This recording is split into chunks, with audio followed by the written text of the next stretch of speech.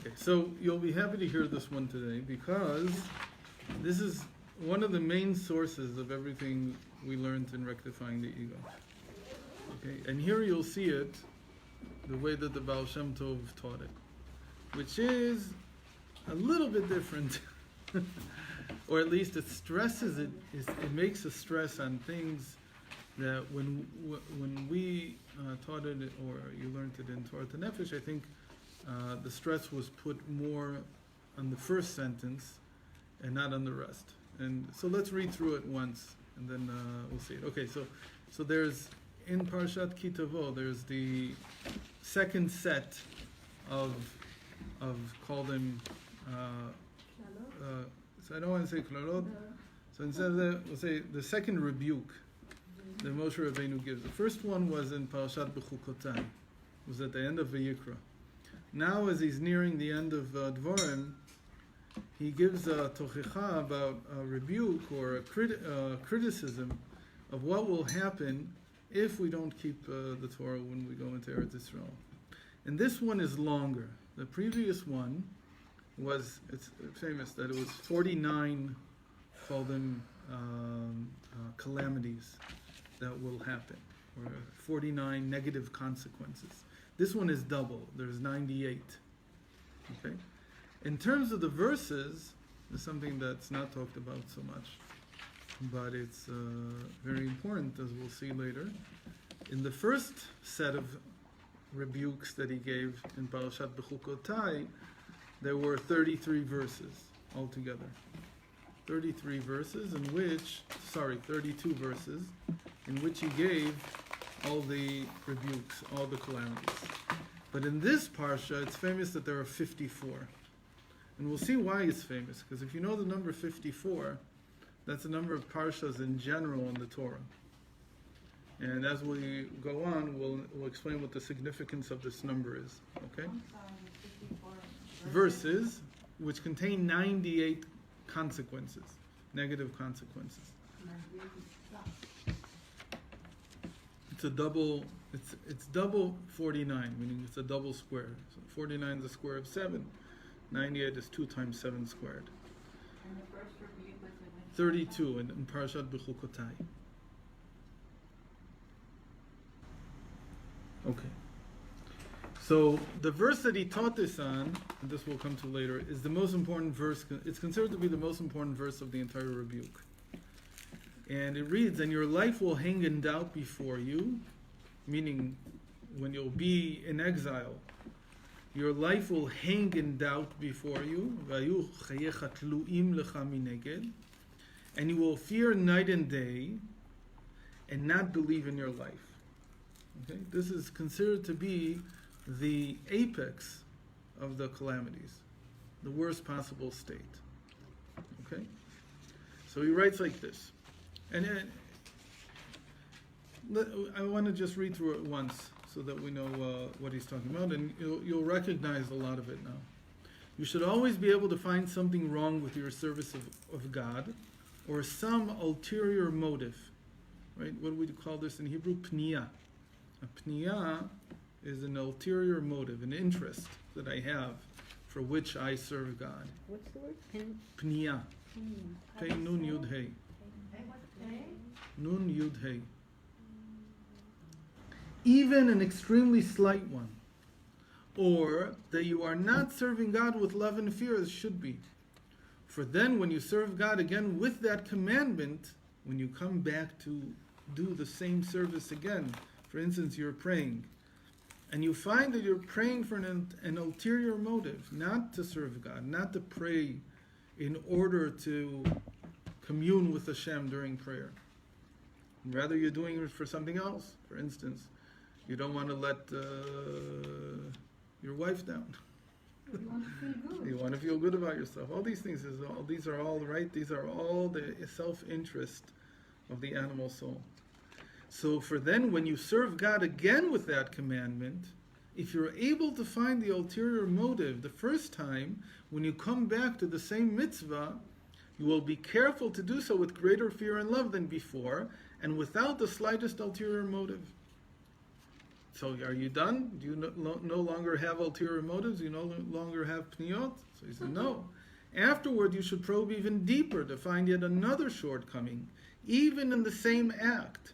For now you recognize God's greatness even more, and understand that according to your current level of love and fear, you have not fulfilled your obligation, that you need even more fear. This in turn leads to an even greater awareness of God, and the realization that even that level of fear and love are inadequate, so that you will discover even more subtle ulterior motives than you did not recognize at first, for now you know more. Then you will be even more exacting with yourself in order to be cleansed of all dross, meaning of all impurities. Okay? So this is what we call shiflut. This is what we call lowliness. It's not so bad. What do you see the emphasis is? That this is how you come to serve God better. The emphasis is not looking at yourself. The emphasis of lowliness, of finding these impurities in yourself, is that they are what allow you to move forward. Right. You can't push forward in your service of God if you don't find them. Now that needs to be explained why. But so that's what we try to explain in length. But the focus is not to focus on yourself. The focus is always that I want to progress in my serving God. And the only way he says to do that continually throughout your life, is to continually search for more and more subtle ulterior motives that I have in doing a mitzvah. And when I find that, the next time I do the mitzvah, I will have more love and fear, which we know translates into what are love and fear in the body. They're the left and right hands. They're the left and right arms. And for a mitzvah, as the Zohar says, they're like the wings of the mitzvah. They're what make you ascend higher. Okay? So, again, he doesn't explain why this happens yet. He just says, the more you can find an ulterior motive in a pniyah, in what you're doing it for some motive that you have. Not lishma, not to really serve Hashem, but I want to get something out of it. Especially if I want to get out of it sachal, if I want to get out of it a reward. If I want to have credit to my name, right, in the big bank in Shemayim. What about the motivations because you want to actually daven for somebody? That's not for you. But if you want to daven for somebody because you want to be able to tell them I daven for you, so that's already a subtle ulterior motive. Okay, because we want to make sure. Even if it's for family, it could be that that's the reason. I don't know what the ulterior motive might be, but again, if it's not for you, then there's no ulterior motive here. But, of course, a person wants to feel that he caused somebody to get better, right? That gives him a pat on the back. Here, We feel pain because they're having Torah, so we daven for them. But it's to make us feel better partially. Maybe. We're in pain. So that's already very subtle. It's very subtle. Good. But if you feel that, the next time you come, you'll come even with more rigor, more strength to daven.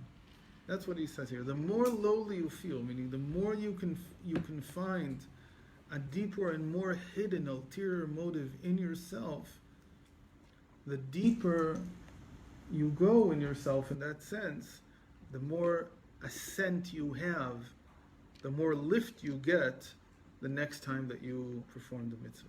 Isn't that also partially for ourselves? The ascent? Yeah, if you're looking for the ascent, yes. So that could be a very big ulterior motive. But again, I'm not doing it for the ascent per se. I'm doing it because this is how you serve Hashem. Okay? But if it becomes that that's the ulterior motive, then yes, then the ascent becomes. Then searching for a high becomes the ulterior motive. It comes out that you will continually ascend your entire life, for by finding more and more shortcomings in your service, you will be ever more careful with each mitzvah. So what he connects it here is to being careful, meaning going into minute details. of each mitzvah. And he says that you can't do unless you're lowly. The more lowly you become, the more you take care in how you perform the mitzvah. However, a person who imagines that he has fulfilled his obligation with his worship and finds nothing wrong in it may not be serving God at all. He is full of ulterior motives and foolishness. Though he thinks that he is doing a pure form of service. For this is the way of the evil inclination. It blinds a person and makes him think that he is serving God properly. Right? This is self-image. The evil inclination here becomes self-image. I'm already a tzaddik. I already do everything that needs to be done. I'm already okay. So when a person already feels that he is okay, there's nothing to move towards. There's no motivation. I have no ulterior motives. So it blinds a person and makes him think that he is serving God properly, whereas he never once did a mitzvah for the sake of God's name and truth. He never did it in lishma. He always did it for his ulterior motives. Everything was a lie. Even when a person serves God without ulterior motives, so long as he does not find something lacking in his service, he will not know how to go higher to a higher level of worship. And you can only ascend through lowliness, because lowliness, as we've learned so many times, is the driving force from below to above. It's what gives you lift. It's what makes you ascend. The fundamental principle is that it is impossible to remain on one level. Okay? The point here is you can't coast. There's no such thing. You can't coast through life. You can't coast through serving Hashem. You can't coast through anything. For the living creatures ran and returned. And here he brings us the principle that something that's alive is constantly in a state of run and return. Right? Being alive means having a pulse. Right? If you don't have a pulse, you're not breathing, your heart isn't beating, you're flatlined. So there's no such thing as life that's flat. It doesn't exist. It's a mistaken. It's just a mistake, a categorical mistake to think that you could be called alive if you're not in a continual state of run and return. And what does it mean to run and return here? If a person cannot attain a higher level, then perforce he must fall down from the one he is on. It is impossible to remain on one level. Either he goes up or he goes down. So instead of me going down, as a result of not going up, I adopt lowliness from my own sake. And I do the down in the sense of feeling lowly, because that's the return that will lead to the next run. Here, that's how he couches this whole explanation of lowliness. We said that the more lowly you are, the more you feel the tension of being distant from Hashem, and then you want to come closer. We also said that the more you understand that whatever is not working is your fault, it gives you back the control, it gives you back the power. You stop being a victim of circumstances or a victim of something else. When I understand that my not being able to succeed, whether it be in physical affairs, or spiritual affairs, or in davening, or in learning, or in whatever I'm doing, is only to be blamed on myself. I'm the only one to blame for it. Then I can fix it. But if something else is out there, or if I'm okay already, so there's no room for improvement. There's no way for me to improve it. There's no way for me to change it. To stop being a victim, I have to take the full responsibility for what's happening. Okay? What's my full responsibility? It's not full responsibility in the sense that I'm going to have to give myself a new life. But what Baal Shem Tov says, what I'm responsible for is for finding these minute, even tiny, subtle, ulterior motives that I have. And that's hachna. It's constantly. That's hachna. That's the state that you have to cultivate all the time. It seems, to create the balance.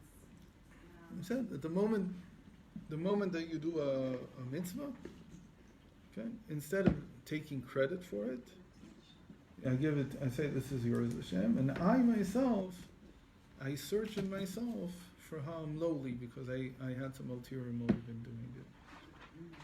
So here he said, we have another thing called bittul, which is I just give it to Hashem. I don't have to search for something new.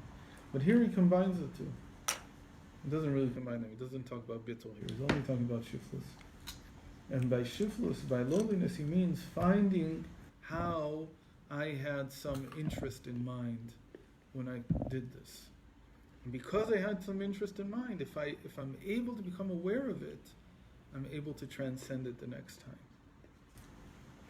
And again, this is all because if performing the mitzvah is running to Hashem, then right afterwards there has to be a descent. It's the way of the world. You can't stay there. Otherwise, you're dead. To be alive means that after you ascend, you also descend. And the descent shouldn't be that you're thrown off. Instead, it should be premeditated, meaning that it should be a controlled descent. How is it controlled? By the fact that I say, I find how I had something that was imperfect about what I did. And because I'm willing to admit it, so the next time I'm able to transcend it. And it itself is what drives me higher the next time that I do the mitzvah. This is the meaning of your life will hang in doubt before you. Your life, that is your vitality, which is your fear and love of God, right? It's what drives you up. And your vitality will hang before you as if you have not yet deserved it. This is bittul. Okay? The bittul here is that if I did something, my vitality that I have, my ability to do something, it's not mine. I have not yet done anything to deserve it. In fact, I've done the opposite. As if you do not have it, meaning don't feel that the vitality is yours. After you daven, so you feel I've done a big thing. After you bench, you feel you've done a big thing. After you prepare a meal, you feel you've done a big thing. It says the key to not falling and becoming tired from it, and rather feeling that this is another step forward and I want to continue going forward, is to find how I had self-interest in this, how I had an ulterior motive. It's almost, like we've said a lot of times, it's almost self-contradictory. It's almost contradictory. It's what's the word? Counterintuitive. Yeah, it's counterintuitive. Because you would think you would put yourself down this way, but he says no, the point is not to put yourself down. The point is that this is what causes you to have lift the next time that you ascend, the next time that you go to do a mitzvah. The focus is on the service, not on you.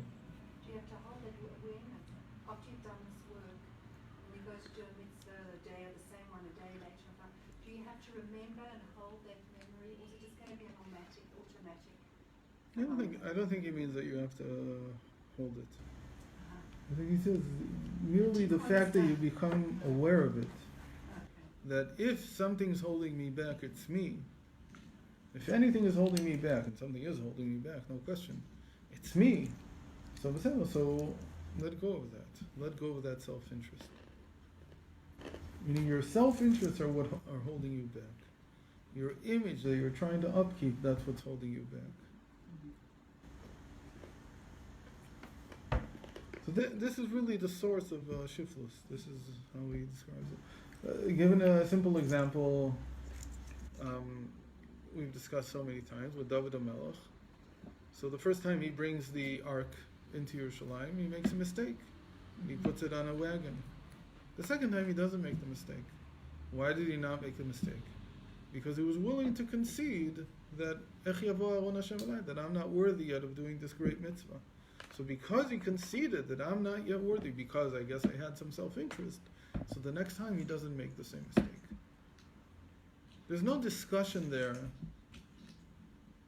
The pshat of the psukim, the verses themselves in the book of Samuel, they don't describe that they suddenly had an epiphany. Whoa, what did we do? You're not supposed to put the ark on a wagon. You're supposed to carry it by hand. You don't hear that there. There's no verse like that. And yet the second time they do carry it by hand. So it's like sort of kind of subtext there. Where did it come from? Where did this realization we made a mistake come from? Because David HaMelech said, I'm not worthy yet. Ech yavo aron Hashem elai. How can the ark of God come to me? I'm not worthy yet. And he was the master of Shiflut. Okay. He's the one who teaches us. He's our archetypal soul, Shiflut. So and it says another thing about him, that whatever he paskined, the halacha was like him, even though he wasn't part of the Sanhedrin.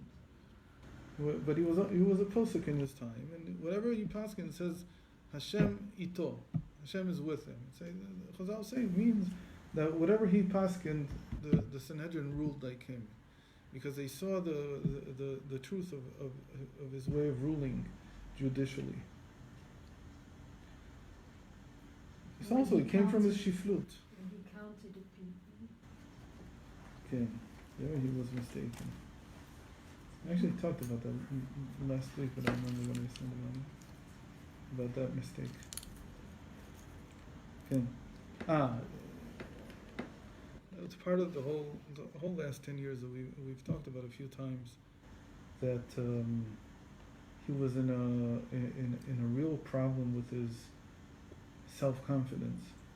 He was very down. We said that when it says he was old and the clothing wouldn't warm him and so on, it's because he felt that he had been a failure. And then, it's very clear that that's what he felt. I mean, after he never really came back from the fact that Hashem wasn't letting him build the temple. Build the temple. He really wanted to, and he felt that was his purpose in life. So he looked.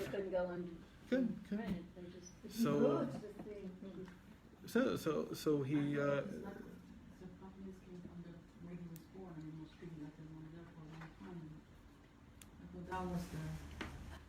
For the time he was a young person, that was what he wanted. He wanted to build the temple. And when in the end it didn't work out, I think he carried it with him his whole life. And then when he turned around 62, 63, about 7 years before he died, he felt very, he felt he had lost his self-confidence, like a rejection. And they were trying to pick him up in different ways. They were trying to get him to be more, we talked about this in length, about how important it is to give somebody purpose, to find a purpose for them, to find, and to exalt. Sometimes, again, the emergency first aid is to actually say good things about them, that they need it. They need to see big things happening. So one of the big things that they decided, they convinced him to do, was to count the Jewish people. And that was a mistake. In any case. So let's continue with this a little bit more, because we have some more ground to cover. Hold on. This is the meaning of your life will hang in doubt, like we said. Okay? Your life, that is your vitality, which is your fear and love of God, will hang before you as if you have not deserved it yet. As if you do not have it. However, your vitality in serving God, your vitality in Yiddishkeit, your vitality in learning, in your driving force, your feeling that you've attained so much spiritually, that should all be unconditioned, that you haven't deserved it yet. And you will fear night and day and not believe in your life. That is, you will not believe that you have this life. You don't believe that this vitality is yours. You should always think that you have not yet attained it. For instance, meaning that who's giving you the vitality in the end? Hashem is giving it to you. It's not that you're giving Hashem, Hashem is giving you. That should be the overriding feeling. That's the feeling of lowliness. Lowliness says, whatever I have because Hashem gave it to me. I don't have anything of my own. That's malchut. David, it's malchut. It's leitle migar miklum. Right? I don't have anything of my own. I have a great deal. Moshe Rabbeinu says, I'm nothing. Malchus says, I'm a king. I have a great deal here. It's a whole kingdom. Every person's life is their kingdom, right? You have to strive to be a king in your kingdom. You have to strive to rule it properly, your life. Okay? Whatever you go through, however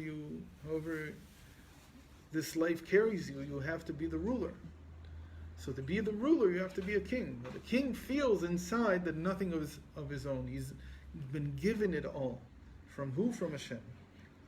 For instance, who is greater than Rav Abahu? So he gives us now an example of somebody who felt his whole life that he had nothing, who beheld 13 rivers of pure balsam oil, Shem and before his death. He had declared, and I said I labored in vain. So the Midrash says, the Midrash talks about how tzaddikim part from the world. And it says they have a certain suffering that they go through, and then they're shown something from the world they're going into, meaning what they've produced throughout their lives. So the Midrash says that when Rabbi Abahu came to the place where he was about to die, so he was shown his reward. What was his reward? 13 rivers of Falsimon. What are these 13 rivers of Falsimon? These are it's like an image for the pleasure that he receives in the world to come. It's an image. Without getting too much into this particular image. In any case, he looks at it and he says, whose is this? He's being shown it on his deathbed. He's being shown what he's going to receive. And he says, who does this belong to? So whoever's showing it to him, an angel or whatever it is, he says, this is yours. So he says, how could that be?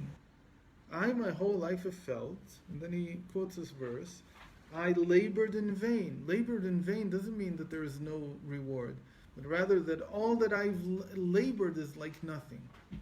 All that I've done, my whole life I've felt, was not worthy of anything. Because really, what have I done? I've taken Hashem's energy and I've used it poorly and inserted my own ulterior motives into it. So really, I have no reward. That's what I felt all along. And suddenly you're showing me these 13 rivers of Farsimon oil. How could this belong to me? How did I come by this? So he says, that's what it means to not believe in your life and not to feel that you've attained anything at all. So you can't take it for granted. It's not yours. What? When my father was dying cancer, I was 18, and that's the feeling he gave me. And he had taken care of 4 generations of kids as a doctor, and he felt this exactly like that. Like, what did I do? And so we'll be careful with that. The question is, what does a person feel every day?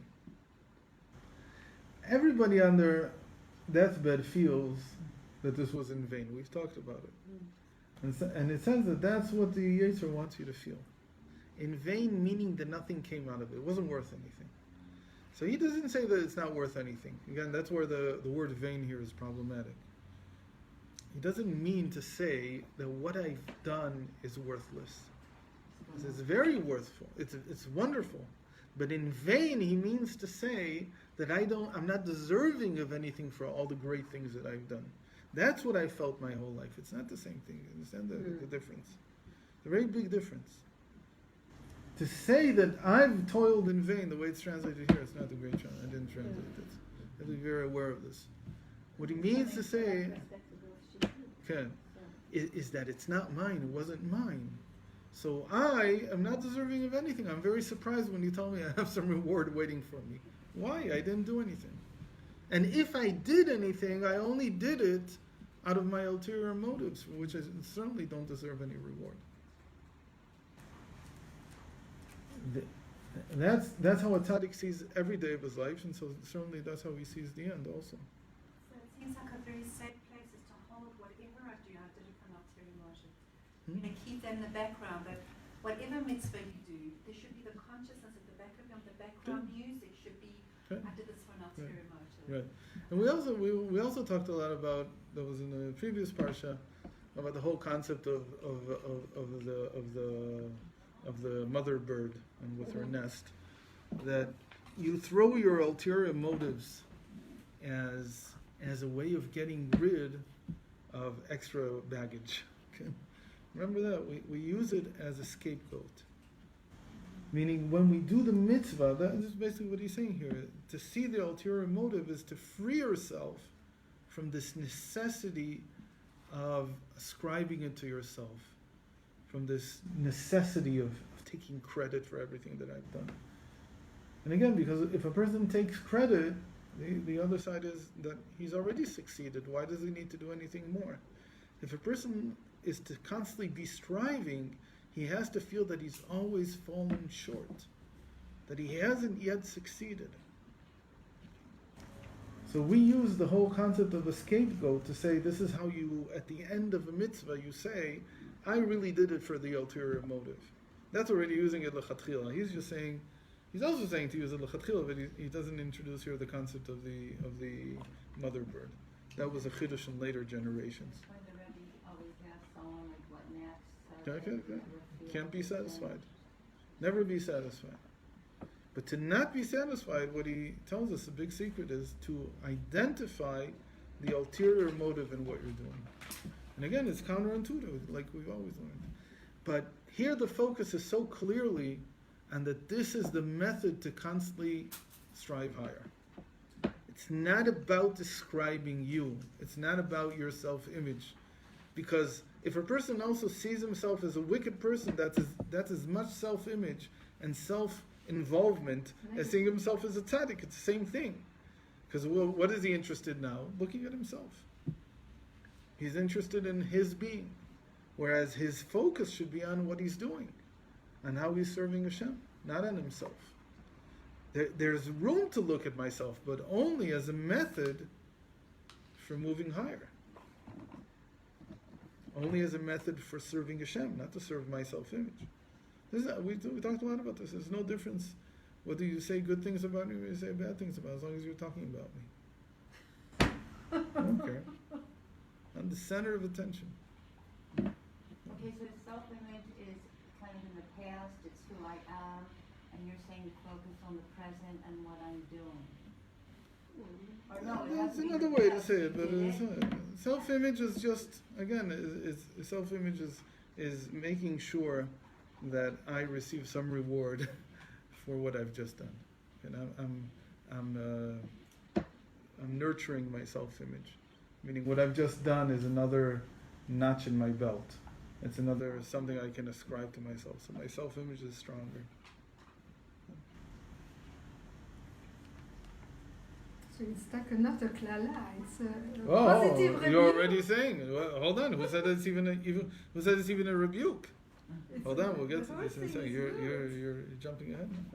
That's the more ground that we need to cover. For instance, so he says he said, I'm not deserving of anything.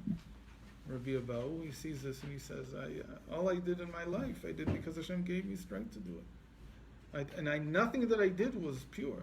Everything I did was full of self-motivation, of self-interest. So he thought that he had never fulfilled his obligation to God. As it says, behold, the heavens are not pure in his eyes, and he charges his angels with folly.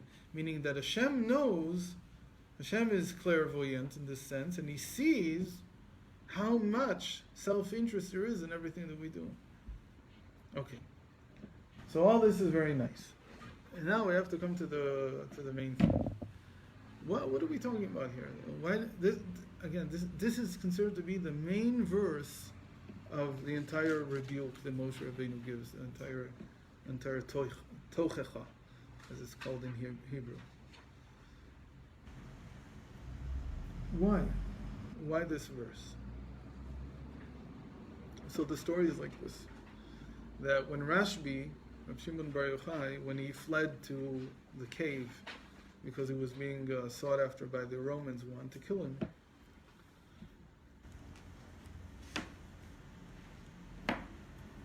so he says that he was in this cave with his son, and every day Eliyahu would come twice to teach them. One morning, this is the Zohar on Parashat Ki Tavo. It's not in the regular Zohar. It's what's called Zohar Chadash. You have to understand, when the Zohar was copied, the copiers, meaning the printers, were afraid to print everything. Because when you print something, it's out there. When it's just handwritten, manuscripts are very rare. So you have a lot of control where it goes. People won't, but if you can just buy a book in the store, so anybody can buy it. So in the beginning, the Zohar was revealed openly as a manuscript in the 1300s. The first printing was in the 1600s, 1580. Okay. So when they came to print it and they looked at the manuscripts, there were certain sections that they said, you can't print this. Can't print it. For various reasons. Some of them were because this is too secretive. And some of them, interestingly, were because this is too difficult for people to hear. So what is it? What? It's not for everybody. Okay, so we'll see in a second what was difficult here. There was something, it was disheartening. To read this section in the Zohar was very disheartening. So what happens? So this section was copied only the second time over when it was printed again. And it's called Zohar Chadash. Really, there's no such thing as Zohar Chadash. It's not like a new Zohar. It's just parts of the original Zohar that weren't printed. And they were printed later. And there were even more parts that there's still stuff that's not printed to this day. You should know. And one of the big ones, by the way, that was never printed, and the Rebbe knew, and he made a big deal out of it, but he never let, I don't think he ever said that this is why, was that the Zohar had a prophecy. One of the prophecies in the Zohar is that the height of the process of revealing the inner secrets of the Torah will be in the year 5730. Tafshin Lamed.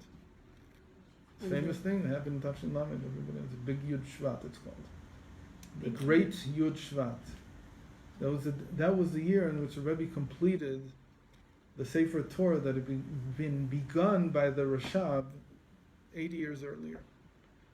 And this was the Sefer Torah with which we will greet the Mashiach. That's how it was called. And it was put off and put off and put off, and finally in 5730 he decided to complete it.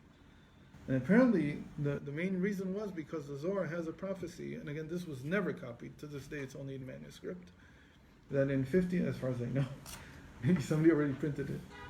I know it because somebody talked about it, so I don't know if it was printed or not printed, but it could be. As far as I understand it, it's never been printed. And that this year, 5730, is the height of the process that started in 1840, right, in the year Taf Reish, when the secrets of the Torah begin to be revealed. In any case, so The height of what process? it's a process that begins in the year 600 of the sixth millennium, meaning 5600, Taf Reish. When Okay. the Zohar was first printed? No, the Zohar discusses this as an important year in revealing the secrets of the Torah. Okay. And the height of that process ends in 5730. Okay, so it's a thing in and of itself. So, Where's that Sefer Torah? it's in 770. Where the manuscripts that haven't been printed, who has them? There are still as far as I understand, there are still sections that have never been printed. So who's got them? They're in libraries. They've probably been printed, or Like the because original. academics are everywhere. They're probably caught on to what hasn't been printed and what hasn't. I've never gone into it. To be able to ask who has the original prints that haven't been They're in printed. libraries all over the world. They're all that's what I'm saying. When they copied from manuscripts, there wasn't any reason not to copy Saying the everything. first printer in the 1580 was Cremona, and then the other one. There were two printings. Good. In any case, so let's get to the thing here. So the Zohar. So again, this is a section from Zohar Chadash, which really means that they were afraid to print it initially. Now you'll understand why. Because it says there that he's sitting in the cave, and one morning, his friends in the yeshiva, they wake up, and they're learning Parashat Ki Tavo, and they begin to weep, and they say, why is it that there are no promises made at the end of this parsha, at the end of this rebuke, that Hashem will take us out of exile? In the first time, in B'chukotai, at the end it says, and I'll remember my covenant with Avram, my covenant with Yitzchak, my covenant with Yaakov, and I'll remember the land, and I'll bring you back. And we know that that's what happened. After 70 years, they came back to Eretz Yisrael. It says that the first one in B'chukotai is about the first exile, meaning the first destruction of the first temple. But one now in Ki Tavo, the rebuke now, is about the second temple. So they're reading this, they're after the destruction of the temple, and they're learning it. And the Zohar says that they're thinking about it and saying there's no promises here that will ever come out of this. So what do? Where's the promise that will come out? So they say to themselves, if only Rashbi were here, he'd know how to teach us, he'd know how to comfort us by showing us how there's goodness also in this rebuke. But he's not here, and we don't know where he is. And even if we were allowed to reveal where he is, we can't go there. So what? Huh? So a pigeon comes down. One of them sees a pigeon, and he sees that the pigeon is connected to holiness in some way because it's a symbol for Am Yisrael, and it's faithful that it came back to Noach. So he takes the pigeon in his hand. He says, "Pigeon, go take this note." He writes on a note the question. Where does it say in the Tochacha here in Ki Tavo? Where does it say that there will be a way out of this exile? And take this note and bring it to Rashbi. You know where Rashbi is. So the pigeon goes and he brings it to Rashbi. Rashbi takes the note and he reads it and he starts weeping also. He says, "I don't know." So maybe if only Eliyahu were here, he could tell me, but he's not here. So what does that mean? I mean, Eliyahu used to come twice a day, but Eliyahu is not somebody's somebody's servant. And Eliyahu coming is that you reach a certain spiritual level. Rashbi said, apparently by reading even the question and seeing the question, that this is so terrible, this rebuke, there's nothing good about it at the end, so probably he couldn't lift himself up. So the Zohar says that Eliyahu came to him anyway. He says, you're lucky that Hashem loves you. He not just loves you, he is merciful on you. And because he's merciful on you, he forced me to come to you now and to teach you where it says this. And he says, meditate on the verses in the Tochacha, in this parsha, and you'll see where it says. And Rashbi does this and he sees. But it doesn't say which verse. He says, yes, there's one verse where this is. So which verse is this? So This is in the Torah, not in this is all in the Zohar Chadash. It's all a story in the Zohar Chadash. So he doesn't say, and he says, in that verse is the ketz, is how you finish the exile, how you come out of the exile. So this wasn't revealed for a long, long time. Nobody knew what the verse was. Which verse did you look at? And suddenly he saw it. So the person who revealed which verse this is, and it's very hard to know if that's what it means. It could be that really every person has to meditate on the Tochacha to find how to do which verse it is. But the only one who had, the k'tefayim, the shoulders, to come and say, I know which verse this is a very important rabbi from the 17th century. His name was Gershon Ashkenazi. And he has a few books. One of them is called Tiferet HaGershuni. He was, you could call him the chief rabbi of Poland. He was in Krakow at the time. And afterwards he moved to Vienna. And by all the achronim, he's considered to be, even though people haven't heard of him so much, but he's considered to be the most sharp-witted out of everybody. He's very, very sharp. And he writes in his book, in Tiferet HaGershuni, that the verse that Rashbi saw was this verse. And your life will hang in doubt before you, and you will fear night and day and not believe in your life. He passed away 2 years before the Baal Shem Tov was born. So there's almost no question in the world that the Baal Shem Tov saw his book. And that the Baal Shem Tov interpreted this verse specifically because he knew that Rav Gershon Ashkenazi had said that this was a verse Rashbi saw. And what is he doing to this verse? He's taking it, and in the tradition of Pnimius Torah, of the inner teachings of the Torah, he's explaining how this is a positive thing. It's not a negative thing. But let's see what it means. What does it mean that it's positive? Okay, I want to dwell on this a little bit more. In Tiferet HaGershoni, Gershon Ashkenazi, he explains why this verse is so important. So first of all, he says, "Vayu chayecha tluim lecha mineged." Wait, I have to backtrack because I didn't close one string that I started. I said, why was this in the Zohar Chadash? Why weren't they willing to copy this, to print this in the original Zohar? So because it's very disheartening, because it says that we don't know when the end will be. It's up to an interpretation. You have to interpret it somehow. Meaning there's no set limit to when the Galus will end. There's no limit. It's not like the first Galus. The first Galus, it says it was 70 years, because it says at the end that Hashem will bring you back. And in this rebuke, it doesn't say anything. That was very disheartening, even just to realize that it could be that this will be very, very long. There's no...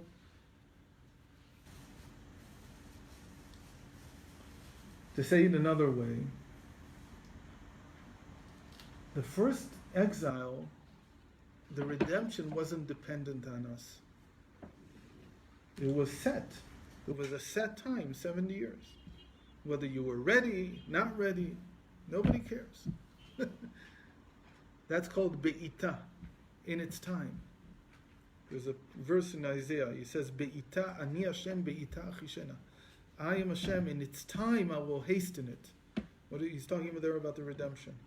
So the first redemption was Be'ita, was in its set time.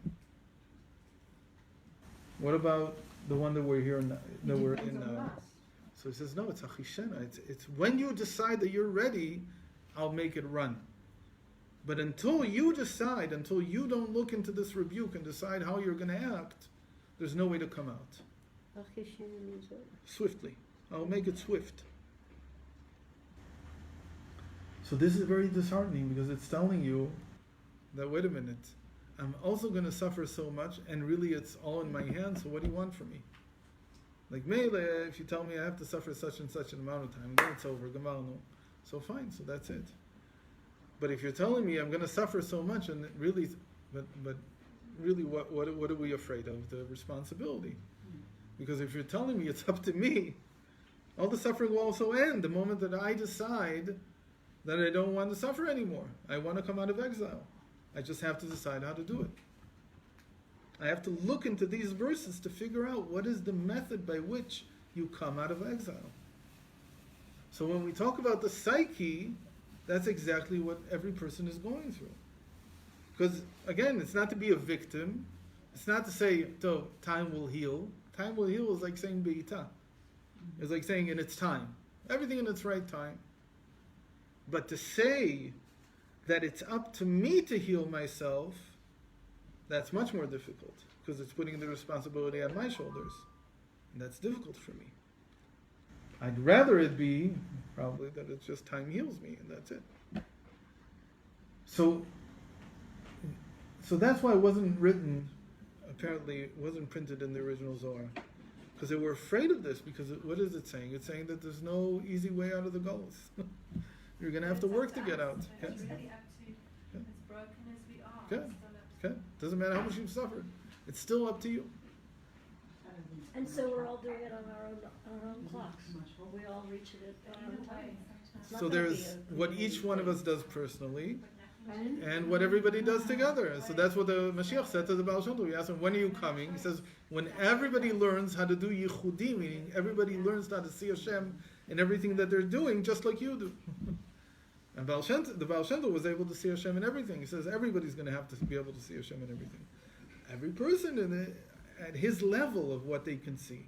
Not every person can see the same thing.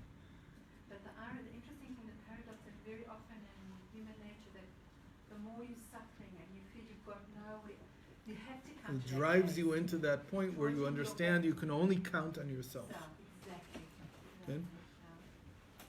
But that's what he's saying. So now comes the Baal Shem and says, my whole Shita is based on that. So for me, this is a very important thing. So he looks at Avodat Tiferet Gershoni, this book that Rav Gershon Ashkenazi writes, and he says it's this verse. So why is it this verse? So I looked and looked and looked in different places. I couldn't find somebody who explained why. And he himself, he doesn't explain. He just says that this is the ketz is hinted here. The ketz means that there's a certain year. So I thought about it a little. I came to the conclusion that he means that the word tluim, this is a very unique word, it only appears twice in the entire Tanakh. Your life will be left hanging. Hanging is talui.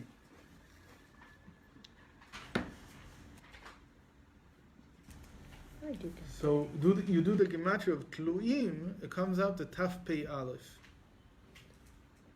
Okay? He passed away a little before that, not much, well, 20 years before that. The Baal Shem Tov was born in Taf Nun Chet. Okay? Nachat. Taf Nun Chet is 558, which really is like 1698. Okay?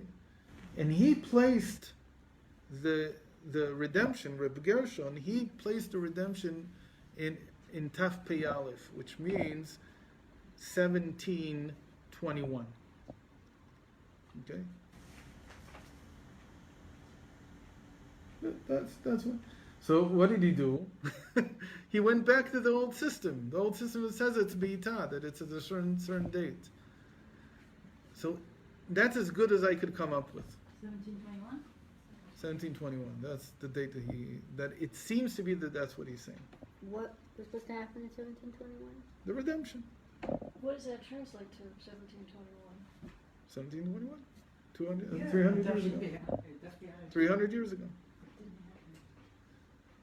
It was Well, a it's the possibility. beginning of It's like, all it's this. it's a potential. What? Maybe something was revealed, because it's a process. So it could be many things. Of course, things are Could be revealed many in things. stages. Not important though. The point is, I think that's why he focused on this verse. I'm not sure, because I couldn't find anybody who wrote on it, but that's as good as I could come up with. But the Baal Shem Tov, when he focuses on this verse, you see that he doesn't go in that direction. He's not giving us a date. He's doing the Hasidic system, which is that it's up to you. So what do I learn from this? So I learned from this verse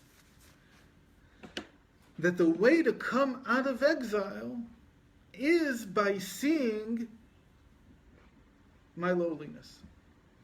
That the more you'll see your loneliness, the more you'll go higher and higher. And he churns this verse, which is the height of the rebuke.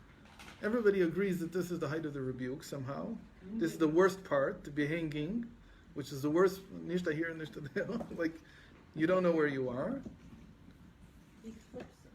And he turns it into, this is exactly what you need in order to succeed.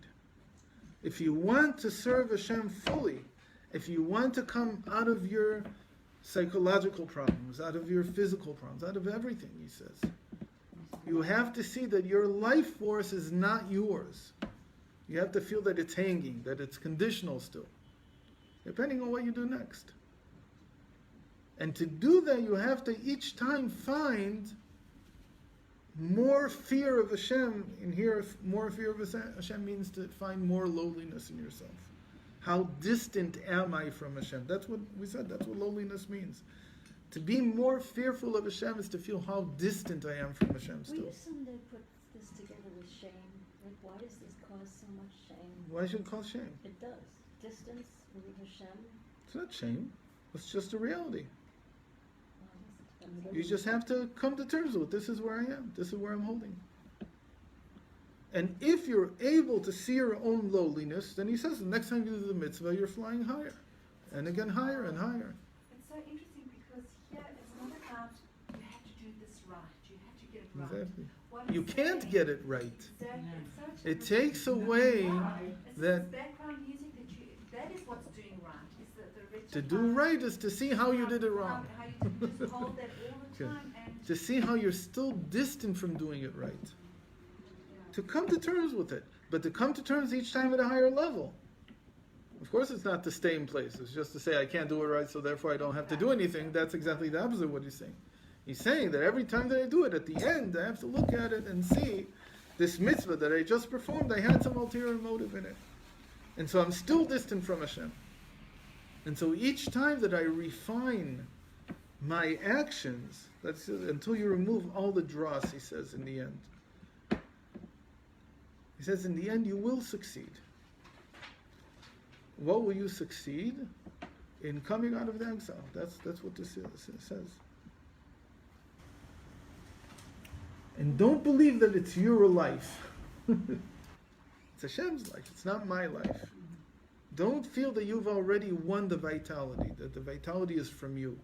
If you feel, how did Rebbe Lusher used to say? He says, I only have this one breath. This one breath Hashem gave me. This is mine now. And the next breath I don't know about. That depends on what I'll do next. But I have lo ta'amin b'chayecha. That's how this verse starts. You won't believe in your life. That's how it ends. Sorry. To not believe in your life is to feel that this is all Hashem's vitality flowing through me.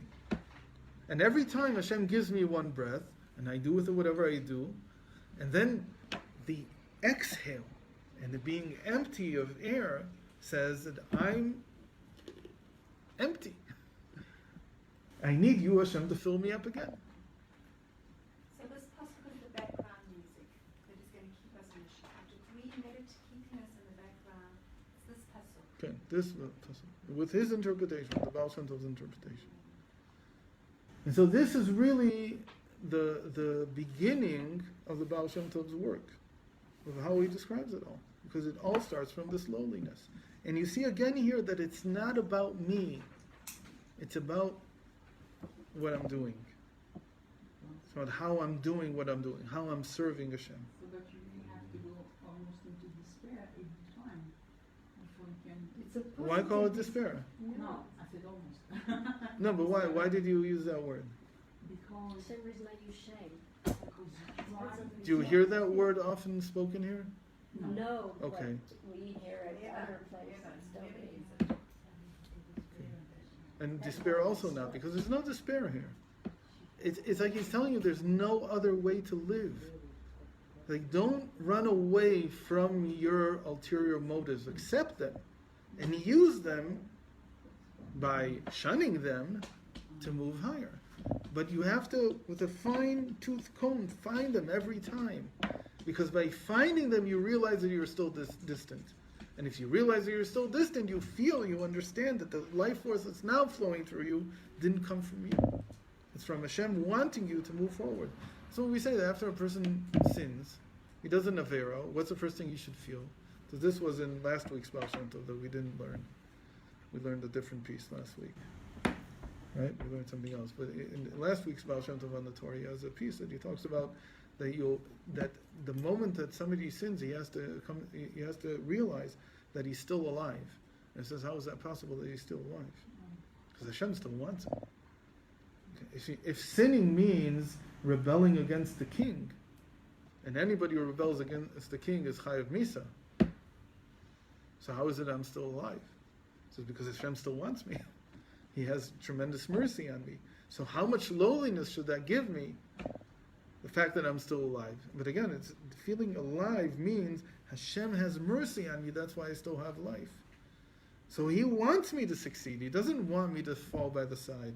He doesn't want me to be lost in my sin. He wants me to succeed. It's another thing that's so different than 12 steps. Again. Again, it's the same thing, because Hashem wants me to succeed. He's giving me the light. I don't need anything else. I don't need anything else. I need Hashem, that's all. I don't need some coach. It's just a decision. Somebody told me this morning by Ashgacha that he wanted to get rid of something that was really bothering him in his life. So he wrote to the Rebbe in Igros. And he got back a letter, an incredible letter. I've seen this before, but I wouldn't connect it. says the Rebbe says to him directly. He says you go into a shul and you give some tzedakah, and you make a real decision in your heart that you're never going to do this again, and you'll succeed. But what if That's all it takes. Illness? What? Those who are alcoholics say they have an illness. So again, that's what the Christians want you to think. What? Yes. Okay? Is You're that not an ill. illness? You're not ill. You're not ill? You're suffering now. You're not ill. It's not. It hasn't changed your genes. You don't have a problem with your metabolism. You have a problem with your decision. The proof is that people come out of it. Well, what if you can't say authentically that you don't really believe Settle. yourself? So you have to work on it. Hashem- Settle. But what he's saying is that if you make a real decision to stop, you don't need anything else. He has much more than we do. Settle. People are weak. That's the thing. Nachon. They make decisions and then they fall. And what does Christianity live off? The fact that people are I'm weak. talking to you, not to a Christian. No, but it's the same thing. They feed off of people's weakness. Yeah. Our duty We is are not weak, we're strong. no. Our duty is to teach people that they're strong. That's what the Baal Shem Tov wants. That's what Hashem wants. He wants you to feel that you're strong. Our potential. Okay? Hashem is giving you strength every moment.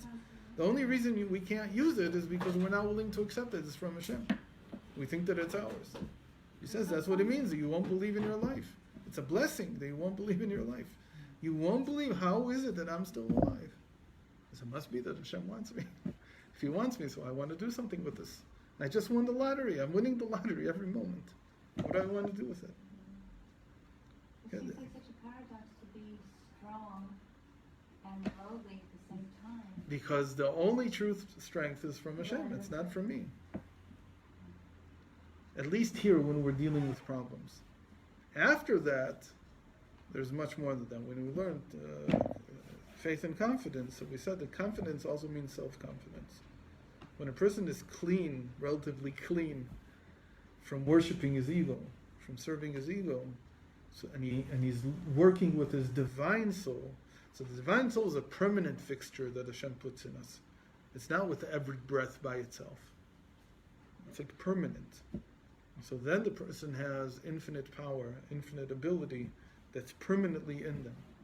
Except that, of course, it's free of ego. There's no feeling that I've done anything ever. It's always that Hashem is working through me. But it's so much me already that it's called self-confidence in the end. It's to believe in myself. It's gevura.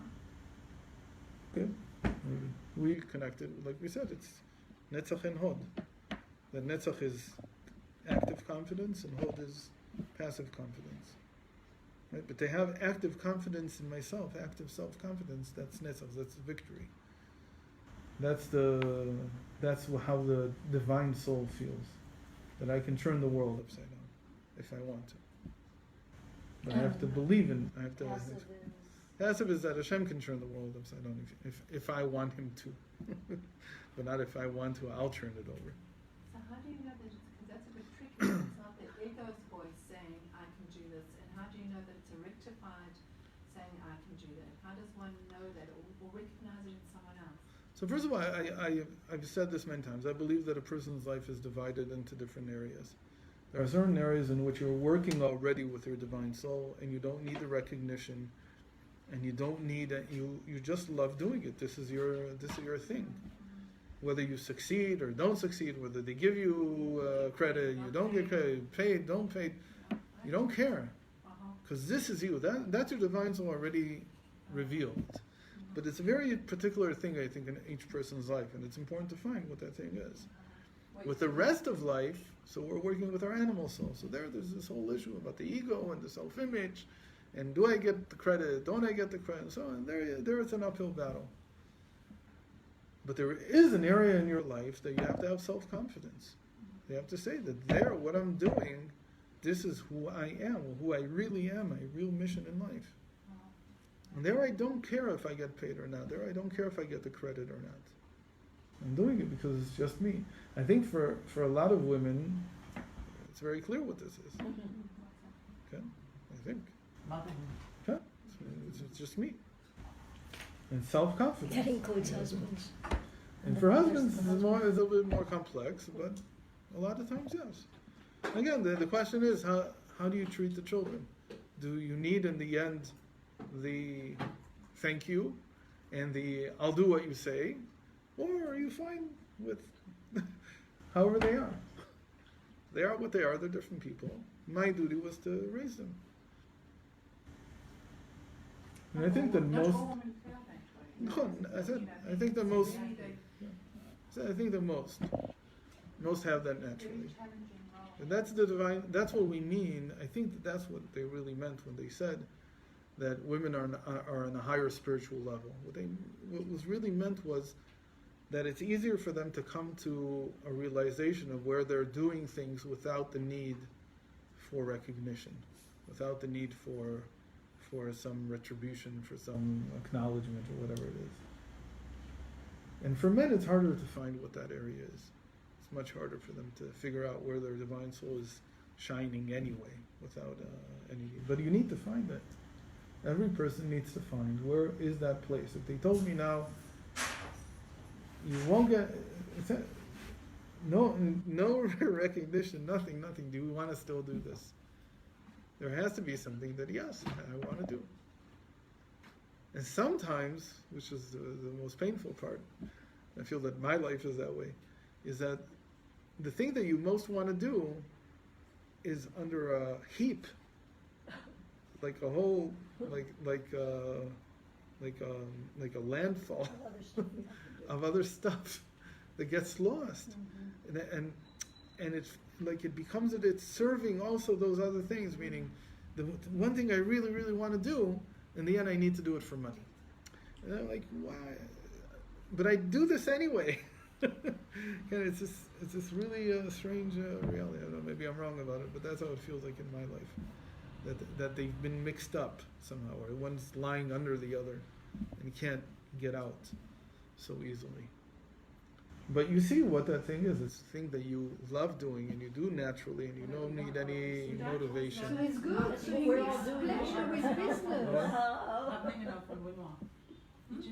Okay. He was, you know, the one who repairs the cars and everything. Okay. Mechanic. He was a mechanic. And that's what he wanted, I mean, I don't know if it's what he wanted to do, but that's what he, and the Rebbe told him to be a Rosh Yeshiva, and he didn't want to. He didn't. And at the end, that's what he did, that's what he does, and that's his whole life. So not always you feel, not always you know, maybe you're scared and you don't want to go into it or something. Or maybe that's what you can end up doing this at a low level, and you can end up doing it at a high level. I think that to be a mechanic, to fix cars, is not very different in its essence than being a mechanic of people. It's like what a Rosh Yeshiva is. So it could be that the Rebbe lifted it. He said, you want to be a mechanic, but I'm going to let you be a mechanic of souls, of psyches. It's a different type of mechanic, but it's the same job in the end. It's to get it running again, make it move, make it can work. Okay. You're mixing pleasure with business. It's good. How are we supposed to feel about David and Melech? Like, you're saying feeling so badly in the later part of his life. That's kind of hard. That's terrible. He's our archetype chief flute, and he knows that everything comes from Shem, and He's still yet human. on a feeling, emotional level, We get to move very along. We get to sad do better. in this part of his life. I mean, how can I use that for us to use that as a learning experience? Because we want to do it better. No, I think With it's David and Melech? but if Tzaddik feels bad at the end of his life, like he didn't do enough for you. A tzaddik feels he didn't do anything. No, a tzaddik feels that he never did anything, not just that he didn't do enough. But are you still feeling the simple on the outside? It doesn't sound like David and Melech was feeling the simple on the outside. I thought tzaddiks felt bitterness on the inside and simple on the outside, or at least that's a better role model for us. Well, first of all, this is an interpretation. It's not. No, it's not such an interpretation. It's pretty clear that that's what it says.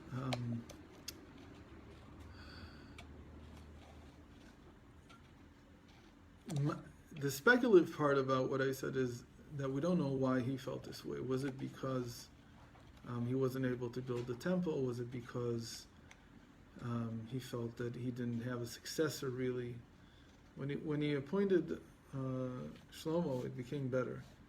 Shlomo was still a little kid. He was 5 years old, 6 years old, but he appointed him already to be as a successor. So I think it gave him more of a feeling, but it's maybe it's inevitable, because what was David waiting for? Why did he so much want to build the Beis Hamikdash? I have to think that it's because he wanted the Mashiach to come for the redemption, not just because he wanted to build a big building, and because he really felt that it was time for the redemption. Well, I thought you just wanted God to have a place to be here. That didn't mean redemption. No, it's a But bit that's like what it Moshe means. Rabbeinu who wanted to come For God to be in the world, that's what redemption means. Mm. Again, that's the definition. Doesn't need to Definition is that That Hashem, can be that the revealed. divinity comes back into the world the way it was before Adam sinned. And then we start the process of redemption. But it has to return at that level. And the Beis Hamikdash is where Beis Hamikdash is like in the center of Gan Eden. It's in the center of it comes down with the reality of Gan Eden. So, so I'm thinking that this is maybe even inevitable, that if you're not able to bring the Mashiach, that there's a feeling of failure. It's very hard. Interestingly, the Rebbe never gave up. Excuse me. I'm not saying give up Rabbi Shalom, Okay. but when he said, I did everything I could. No, I was just saying, now I have to convince you to do everything you. Right. So I did it so much everything, but now I have to convince you to do everything. Yeah, I don't think till the last moment there was any sense of I've given up. It's No, just that I think I need partners. No, I think that each one wants so much to bring it even before the time, like also Moshe There's no Rabbeinu before wanted the to time. go That's what I'm to saying, Eretz though. Israel. But the whole way of Chassidus is that there's no before the time. Before the time is only if the case is some particular date. No. Yeah. That's not what I mean. Not the time in years. Before. I'm ready. Jews are ready. Settled. They try anywhere. So again, the more a person is a tzaddik, the more he sees that we're ready. The more he feels that what do you mean they're all ready? So these are also discussions. But again, this is the source for the whole part about lowliness. Even though he never mentions the word, I think even once, it's very clear that that's what he's talking about, the run and return here and so on.